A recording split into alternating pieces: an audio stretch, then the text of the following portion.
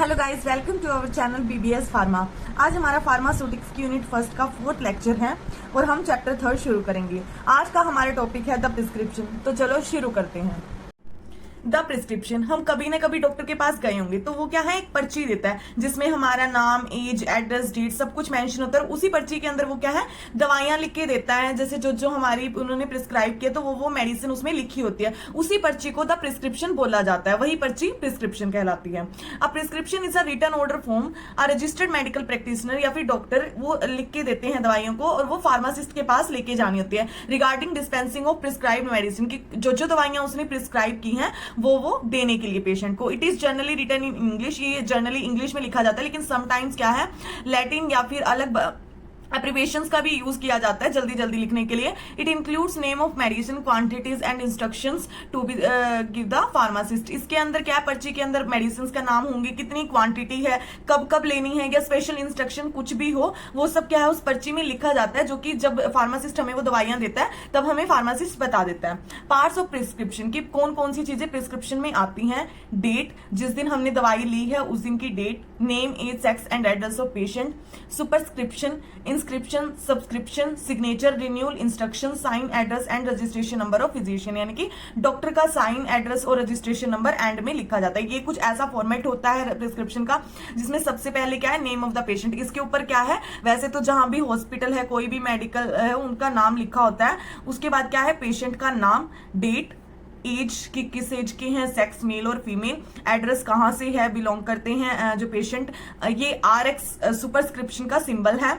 Then उसके बाद inscription, इसके अंदर क्या है, ड्रग जो जो दवाइयां हमें दी गई हैं उनके साथ उनकी क्वांटिटी वो सब क्या है इंस्क्रिप्शन में आती है। उसके बाद क्या है, सब्सक्रिप्शन लिखी जाती है। देन रिन्यूअल, इंस्ट्रक्शन, उसके बाद registration number, address, doctor name और साइन।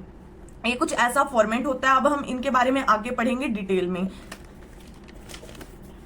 डेट, हर एक प्रिस्क्रिप्शन में क्या है, डेट मेंशन होती है कि इस पर्टिकुलर डेट पे ये दवाई लेके गया था prescriber. This help to find out where old prescription are to be repeated for long time, कि हमें इससे पता चलता है कि कब से दवाइयां चल रही है। जैसे कि पिछली हम कभी जाते हैं डॉक्टर के पास, बार बार जाना होता है 6 दिन बाद, महीने बाद, तो क्या है उस डेट से हमें आइडिया लग जाता है कि वो पुरानी प्रिस्क्रिप्शन कब की है। Date also help pharmacist to keep day to day patient record in chronological manner. ये क्या है भाई, हम जो फार्मासिस्ट है वो सारी दवाइयों का जो भी पेशेंट का सारा रिकॉर्ड है उस डेट की हेल्प से रिकॉर्ड कर सकता है। Name, age, sex and address of patient, ये क्या है टॉप पे लिखा जाता है प्रिस्क्रिप्शन की। नेम क्या किसी भी पेशेंट के आइडेंटिफिकेशन के लिए जरूरी है। Age, sex and patient to decide dose for particular patient, क्या है कि अब एज इसलिए मेंशन की जाती है कि छोटे बच्चों के लिए डोज थोड़ी अलग होती है, अडल्ट के लिए कुछ अलग होती है, जो ओल्ड एज पीपल्स हैं उनके लिए कुछ अलग होते हैं, मेल फीमेल के लिए थोड़ा भी बहुत डोज का फर्क आता है, तो इसके लिए वो भी स्पेशली मेंशन की जाती है प्रिस्क्रिप्शन में। एड्रेस जो है कि कभी कॉन्टेक्ट करना पड़ जाए किसी बाद में, कभी कोई इमरजेंसी हुई या किसी को पर्सनली हमने दवाई डिलीवर करनी है तो उसके लिए क्या है, एड्रेस भी पेशेंट का उसमें मेंशन किया जाता है। देन सुपरस्क्रिप्शन, ये क्या है, RX सिंबल से हम इसको रिप्रेजेंट करते हैं, जो कि हम कभी भी जो प्रिस्क्राइबर है वो मेडिकेशन लिखता है तो उससे पहले वो RX जरूर डालता है। इसका मतलब है कि गॉड फॉर क्विक, हम प्रे करते हैं गॉड से कि जो पेशेंट है वो जल्दी रिकवर हो जाए, कि ये प्रार्थना है भगवान से कि पेशेंट जल्दी से जल्दी रिकवरी कर सके, इसीलिए ये सिंबल सुपरस्क्रिप्शन यूज किया जाता है। देन उसके बाद बात करें इंस्क्रिप्शन की, ये क्या है, पूरी प्रिस्क्रिप्शन की बॉडी यही है, मतलब मेन पार्ट है ये, कि इसके अंदर सारी दवाइयों का नाम, की ये दवाई जो भी पेशेंट के लिए लिखी गई है उसकी कितनी क्वांटिटी है, कब कब देनी है, वो सब क्या है इंस्क्रिप्शन में लिखा जाता है। जो इंग्रेडिएंट हैं जो 1 बाय 1 एक सेपरेट लाइन में, जैसे कि पहले अगर डिक्लो देनी है तो डिक्लो लिख दिया, उसके बाद PCM है तो PCM लिख दिया, एस्पिरिन है तो वो लिख दिया, तो ऐसे अलग अलग दवाइयां की इतनी डोज देनी है, इसकी 50 mg है, इसकी 250 mg देनी है, इसकी 75 mg है, तो वो सब क्या अलग अलग लाइन में ऐसे मेंशन किए जाते हैं। सब्सक्रिप्शन, उसके बाद इंस्क्रिप्शन के बाद जो पार्ट आता है वो आता है सब्सक्रिप्शन। इसमें क्या है, प्रिस्क्राइबर जो है डायरेक्शन बताता है फार्मासिस्ट को कि डोजेस कौन से देनी है, with the number of doses to be dispense, जैसे कि कौन कौन सी डोजेज डिस्पेंस करनी है वो पूरी डायरेक्शन प्रिस्क्राइबर इसकी हेल्प से देता है।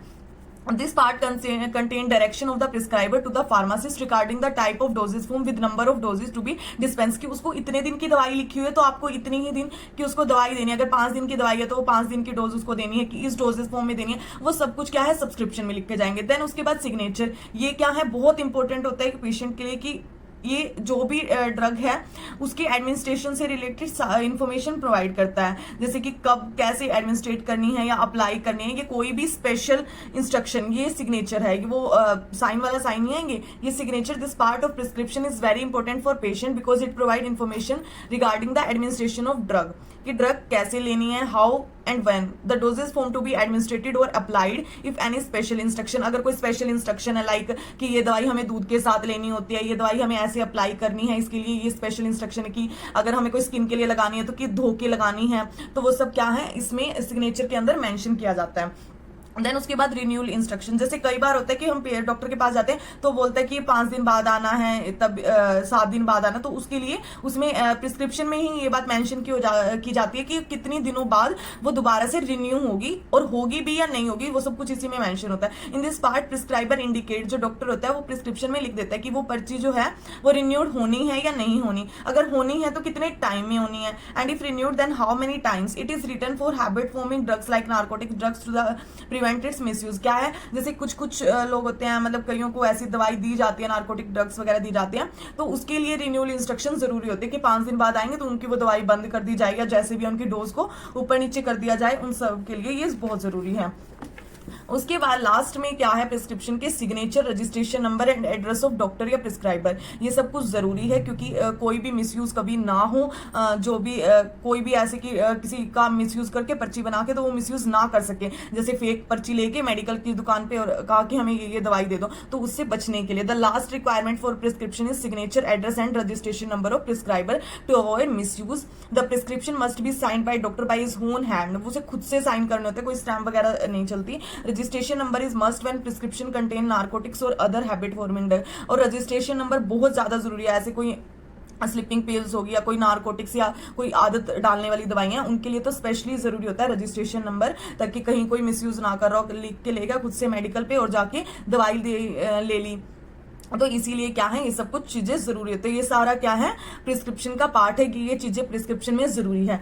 तो अब बात करेंगे dispensing procedure and compounding operation, कि कैसे दवाइयां डिस्पेंस होती है, क्या कुछ पूरा प्रोसीजर रहता है शुरू से लेके एंड तक। The flowing step for handling prescription for compounding and dispensing, पहले क्या प्रिस्क्रिप्शन को रिसीव करना पड़ता है, देन एक पहले क्या है पेशेंट डॉक्टर के पास जाएगा, डॉक्टर से चेक करवाता है कि उसे कोई प्रॉब्लम है, उस हिसाब से जो डॉक्टर है पेशेंट को दवाइयां लिख देता है उस पर्ची में। तो वो क्या करता है, उसके बाद रिसीव करता है प्रिस्क्रिप्शन, और पेशेंट डॉक्टर से वो पर्ची लेके कहाँ जाता है, फार्मासिस्ट के पास। तो फार्मासिस्ट सबसे पहले पेशेंट से रिसीव करेगा प्रिस्क्रिप्शन, देन उसके बाद उस प्रिस्क्रिप्शन को पूरा पढ़ता है और चेक करता है कि सही है और कोई उसे कुछ चीज समझ में आ रही है या नहीं आ रही। Collecting and weighing the material, जो दवाइयां हैं उन सबको अलग अलग जहां से उसको ने रखी हुई है वहां से इकट्ठा करेगा और एक टेबल पे कलेक्ट कर लेता है, उसके बाद वे कर लेता है। Then compounding, labelling and packaging, उसके बाद सबसे एंड में वो पैकेज लेबल करके उसको दे देता है। Receiving, a pharmacist must always be present during the time of receiving the prescription, कि जब भी हम कभी किसी मेडिकल पे जाएं तो वो क्या है वहां पे एक फार्मासिस्ट का होना जरूरी है, कि हर टाइम एक फार्मासिस्ट वहां रहना चाहिए। A pharmacist should not change his facial expression to the patient that he is surprised और confuse after seeing the prescription. जैसे कभी भी किसी को अगर सीरियस प्रॉब्लम है तो वो पर्ची देख के उसको अपने फेस एक्सप्रेशन चेंज नहीं करने होते, कि उसको पता नहीं क्या बीमारी है, कि बहुत ज्यादा वो सरप्राइज्ड है, कंफ्यूज हो गया, मतलब उसको पेशेंट को ऐसा नहीं दिखाना होता है कि उसको कोई सीरियस प्रॉब्लम है या उसको पता नहीं कैसी दवाई दे दी, या फिर कुछ ऐसी नजर से नहीं देखना कि पेशेंट को थोड़ा ऑकवर्ड लगे। इसीलिए उसको हमेशा अपने फेस एक्सप्रेशन सेम रखने पड़ते हैं। और देन वो क्या है पेशेंट से कांटेक्ट करता है कि बातचीत करेगा, उससे दवाई की वो पर्ची ले लेता है और फिर उसके बाद उसको दवाइयां देनी होती है। एंड चेकिंग, इसमें क्या है कि फार्मासिस्ट जो प्रिस्क्रिप्शन लेगा पेशेंट से उसके बाद उसको प्रॉपर्ली चेक करना चाहिए कि वो प्रॉपर फॉर्मेट में लिखा गया है या नहीं। अगर उसको कोई भी चीज समझ में नहीं आ रही है तो उसको क्या है डायरेक्टली डॉक्टर से कंसल्ट करना चाहिए, कि अगर जैसे जहां भी दिक्कत है वहां पे वो क्या है डॉक्टर से कंसल्ट करेगा, उसको हेजिटेट नहीं होना है इस चीज में।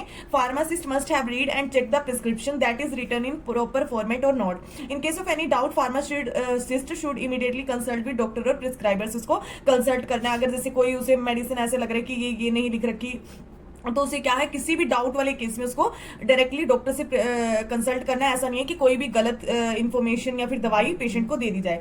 उसके बाद क्या है, collecting and weighing the material. जो रीडिंग के बाद उसको क्या करना है, जितनी भी दवाइयां उसमें लिखी गई हैं वो सब उसको कलेक्ट कर लेनी है टेबल पे, और उसके बाद जो जो प्रिस्क्रिप्शन में लिखी हुई है और उनको वे करना है राइट क्वांटिटी में, कि 50 mg लिखे तो उतनी, अगर 500 है तो उतनी, जितनी भी क्वांटिटी में प्रिस्क्रिप्शन में मेंशन की गई है उतनी ही क्वांटिटी में उसको वो वे कर लेनी है। After the reading all the drugs collect on the table which is written in prescription. जो जो प्रिस्क्रिप्शन में लिखे हैं उन सबको कलेक्ट कर लेना and way it in right quantity which is mentioned in prescription.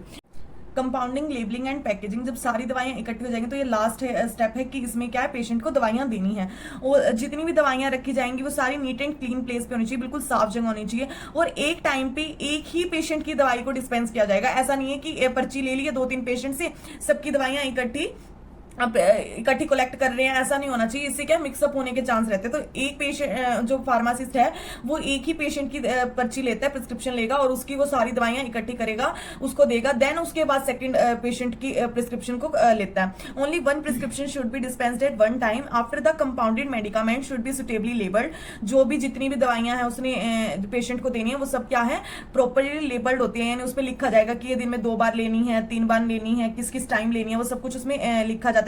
Properly packed करी जाती है कंटेनर में, और उसका क्या क्या यूज है वो भी उसके बेस पे उसको पैक्ड कर दिया जाता है। देन अब क्या क्या एरर आ सकते हैं प्रिस्क्रिप्शन के टाइम पे, एरर आने के भी चांसेस होते हैं। तो वो क्या क्या है, source of error in prescription. Abbreviation, जैसे कि ना पर्ची पे आपने कभी देखा हो बीडी, ओडी, ये सब कुछ लिखा होता है। बीडी यानी कि दिन में 2 बार लेनी है, ओडी 1 बार लेनी है, तो वो सब क्या है एब्रिविएशन। ऐसे जैसे ING लिखा है तो ये इंजेक्शन, टैबलेट के लिए TAB, मतलब एक शॉर्ट फॉर्म यूज की जाती है, तो होती है abbreviation. Some drugs abbreviation also have same means. In case of doubt then consult with doctor. अगर कई बार क्या होता है सेम ही एब्रिविएशन होती है 2 चीजों की, तो उससे क्या है डाउट हो तो वो क्या है डॉक्टर से कंसल्ट करने हैं कि अगर कोई डाउट है। तो ऐसा नहीं है कि उसको जो तुम्हें समझ में आया वो पेशेंट को बता दिया जाए, ऐसा नहीं होता। तो उसकी वजह से एरर आ सकता है, तो वो पहले हमें क्लियर करना चाहिए। Some drugs abbreviation also have some same means. In case of doubt then consult with doctor. Name of the drug, कई बार क्या होता है 2 दवाइयों का नाम एक जैसा होता है, तो अगर ऐसा कोई केस आता है तो पहले डॉक्टर से कंसल्ट करें कि कौन सी दवाई उन्होंने लिखी है, फिर उसको पेशेंट को दिया जाए। Some drugs name look same and also same sound which leads to major danger to the patient. वो जब हम बोलते हैं तो भी सेम ही साउंड करते हैं, इसीलिए क्या है ये पेशेंट के लिए बहुत ज्यादा हार्मफुल हो सकता है। तो उसके लिए जरूरी है कि डॉक्टर से कंसल्ट करके ही दवाई को दिया जाए। जैसे कि एग्जाम्पल डिजिटॉक्सिन और डिजिऑक्सिन, ये दोनों क्या सेम सी लग रही है, इसीलिए चांसेस हो सकते हैं एरर आने की। Strength of prescription, drug must not be dispense if the strength is not mention in prescription. अगर जैसे कि ये नहीं बताया गया कि इतनी अमाउंट की, लाइक मान लो कोई 250 mg के, कोई 500 mg के, अगर वो क्वांटिटी स्ट्रेंथ मेंशन नहीं की हुई तो उस केस में क्या है, उस दवाई को मेंशन प्रिस्क्रिप्शन में जो भी लिखी गई है तो उसको डिस्पेंस नहीं किया जाता है। पहले उसके लिए भी कंसल्ट करना पड़ता है डॉक्टर से या प्रिस्क्राइबर से, उसके बाद ही वो दवाई डिस्पेंस होगी। एग्जांपल जैसे कि PCM 500 but in prescription strength is not mention. अगर मान लो PCM 500 देनी है उसको और अगर उसमें 500 mg नहीं लिखा गया तो वो दवाई क्या है पहले डॉक्टर से पूछना पड़ेगा, देन ही फार्मासिस्ट उस दवाई को पेशेंट को दे सकता है। डोज, ये क्या है कई बार क्या है हाई या लो डोज प्रिस्क्राइबर से डिस्कस करनी पड़ती है कि कितनी डोज पेशेंट को देनी है, कि इस टाइम में इतनी देनी है। तो वो सब क्या है पहले प्रिस्क्राइबर से पूछना चाहिए, डिस्कस कर लेना चाहिए, फिर ही पेशेंट को वो दवाई देनी चाहिए। ये एरर का एक सोर्स है। डोजेस फॉर्म की कुछ जो है कुछ दवाइयां क्या है अलग अलग डोजेस फॉर्म में आती है, लाइक जैसे डिक्लो है वो टैबलेट की फॉर्म में भी आती है, लिक्विड भी आता है। तो उस केस में क्या करना है कि पहले अगर उसमें स्पेशली मेंशन है तो अच्छी बात है, नहीं तो क्या है डॉक्टर से पूछना पड़ेगा कि वो उसे कौन से फॉर्म में डोजेस फॉर्म में उसको दवाई देनी है। जैसे कि some medicine are available in more than 1 doses form, like liquid में, इंजेक्शन में या सिरप में, टैबलेट, कैप्सूल एटसेट्रा, इन कई फॉर्म में प्रेजेंट होते हैं। तो उस केस में अगर प्रिस्क्रिप्शन में वैसे तो मेंशन किया जाता है कि ये टैबलेट, कैप्सूल, लेकिन अगर नहीं किया गया तो पूछ के ही उसको डिस्पेंस करते हैं। इंस्ट्रक्शन फॉर द पेशेंट की अगर कोई स्पेशल इंस्ट्रक्शन दी गई है, जैसे कि ये दवाई दूध के साथ लेनी है, ये दवाई इस टाइम पे लगानी है, ये दवाई सोने के से पहले लेनी है, ये स्पेशली कोई भी जैसे कोई दवाई क्या है खाली पेट ली जाती है तो वो स्पेशल इंस्ट्रक्शन है, वो सब कुछ पेशेंट को बताने चाहिए। The instruction for patient which are given in prescription are incomplete. अगर कोई ऐसी इंफॉर्मेशन जो इनकम्प्लीट है वो सब कुछ प्रिस्क्रिप्शन में नहीं लिखी गई और पेशेंट को बतानी जरूरी है, तो वो सब कुछ बतानी चाहिए। अदरवाइज क्या है, डोजेज का इफेक्ट कम हो सकता है या मे बी कोई और गलती भी हो सकती है। तो इसीलिए जो भी कोई स्पेशल इंस्ट्रक्शन है वो पेशेंट को जरूर बतानी चाहिए। तो आज के साथ हमारा ये टॉपिक कंप्लीट होता है। देन नेक्स्ट चैप्टर हम करेंगे नेक्स्ट क्लास में। थैंक फार्मेसी की और इन्फॉर्मेशन के लिए BBS फार्मा को सब्सक्राइब करें। वीडियो अच्छी लगी हो तो लाइक करें।